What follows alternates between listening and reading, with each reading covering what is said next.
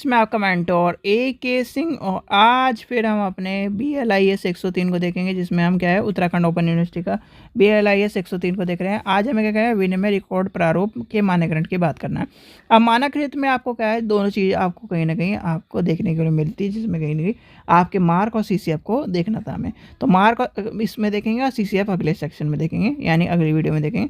तो चलिए, सबसे पहले क्या करना है, वीडियो को लाइक करना है, चैनल को सब्सक्राइब करना है, वीडियो को ज़्यादा से शेयर करना है और टेलीग्राम ग्रुप को ज्वाइन करके रखना है, जिससे आपको इंपॉर्टेंट इन्फॉर्मेशन मिलती रहे। तो यह आपका आ जाएगा यूनिट नंबर 4, लेसन नंबर आपका 11 और इसमें क्या है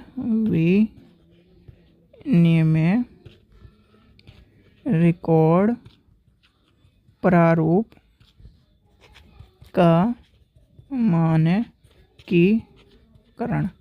ठीक है, इसमें मानकीकरण आपका इसमें क्या आएगा, जैसे कि कहीं ना कहीं इकाई की प्रस्तुत यानी कि प्रस्तावना में अपने चीज़ों को लेके चला है और कई ग्रंथ आप यानी कि आपस में आप क्या करें सूची को जो संघ सूची का निर्माण है तो अंत जो ऋण योजना हेतु साझा करने की बात कही गई और चीज़ों को लेके चलने की बात कही है। उसमें क्या है भाई, एक मानक स्टैंडर्डाइजेशन की बात करी गई। भाई आप क्या कर रहे हो, कंप्यूटर के आजकल क्या है कंप्यूटर की तकनीक आ गई। कंप्यूटर की तकनीक आने के बाद कंप्यूटर के अनुप्रयोग में क्या है उसकी आवश्यकता अनुसार और मनुष्य के लिए अभिलेखों और पढ़कर यानी कि पढ़कर चीज़ों को रखने की बात है।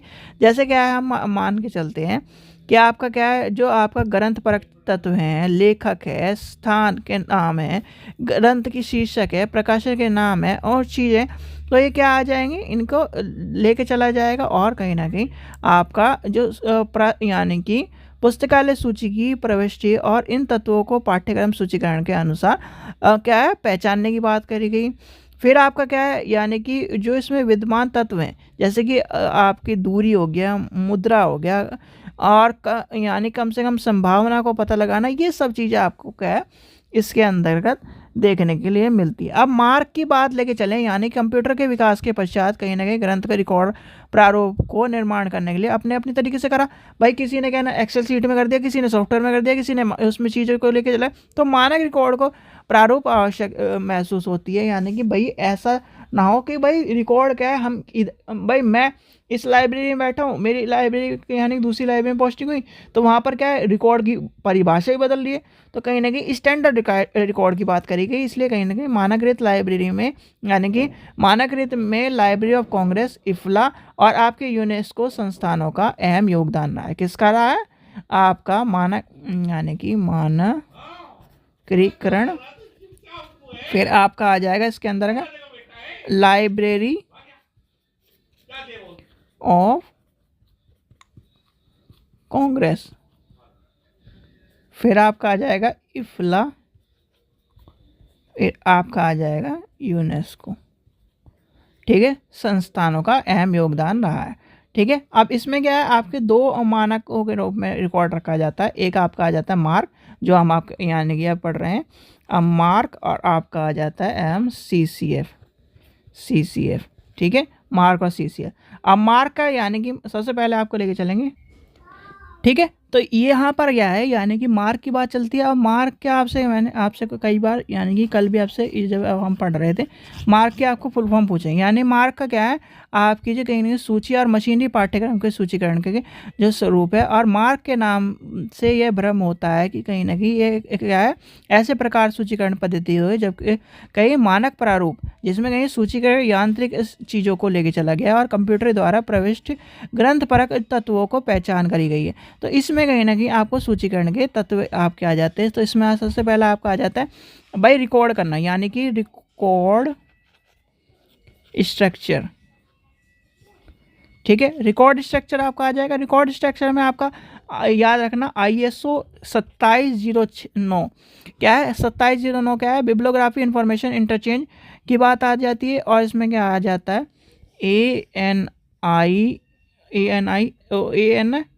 ANSI और आपका ठीक है जो कि Z39.2 आ जाएगा। फिर आपका आ जाएगा इसके अंतर्गत यानी कि आपके मार्क, यह आपका आ जाएगा Z39.2 मानक के आ जाएंगे आपका यून मार्क। अच्छा, मैंने आपसे कहीं ना कहीं आपसे पूछा था मार्क सॉरी यूएस मार्क,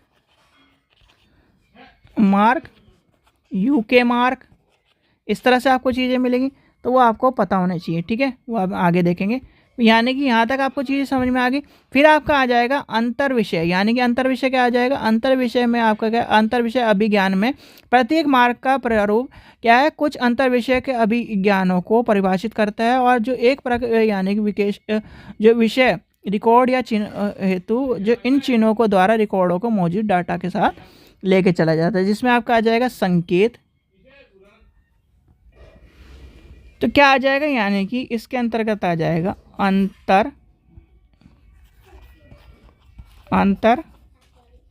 विषय अभिज्ञापन, ठीक है। इसके अंतर्गत क्या आ जाएगा, संकेतक, टैग, उप क्षेत्र, ये आपको देखने के लिए मिलेंगे। क्या आप मिलेंगे, उप क्षेत्र। फिर आपका आ जाएगा लास्ट, आपका आ जाता है अंतर विषय, यानी कि अंतर विषय में क्या आ जाएगा, जो कहीं ना कहीं अंतर विषय से आशय ऐसे डाटा से तात्पर्य से होता है, कहीं ना कहीं जो ग्रंथ के डाटा से होता है, किसी यानी ग्रंथ परक के डाटा से होता है, किसी भी ग्रंथ परक के जानकारी को निर्धारित कर डाटा के, और उसके कई निश्चित लंबाई, यानी कि लंबाई नहीं होती, और कोई किसी भी प्रकार का वर्तमाला में उसके कहीं ना कहीं चीज़ों को नहीं लेके जाया जाता। तो ये आपको देखने के लिए मिलेगा। फिर आ जाते हैं हम मार्क 21 पर, MARC मार्क 21। मार्क 21 में आपका क्या आ जाएगा, यूएस मार्क आ जाएगा। कहाँ पर, यानी कि यूएस मार्क की बात आ जाएगी, यूएस मार्क की बात आ जाएगी, तो आपको क्या है, यानी कि इसमें आपको चीज़ें देखने के लिए मिलेगी, यानी कि आपका कनाडा, और कहीं ना कि कनाडा, यानी कि Canada mark communication format bibliography data के रूप में मिलेगा, को मिलकर बना हुआ है, और जिसमें कहीं ना कहीं आपके 2005 में यूके मार्क, यानी कि 2005 में क्या है, यूके मार्क,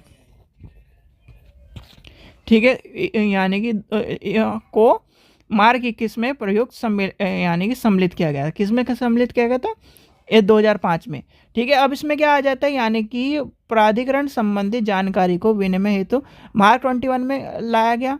फिर आपका ग्रंथ परक जानकारी को लाया गया, वर्गीकरण संबंधी चीज़ आई, समुदाय संबंधी जानकारी आपको देखने को मिले, समस्त संबंधी जानकारी आपको देखने के लिए मिली है।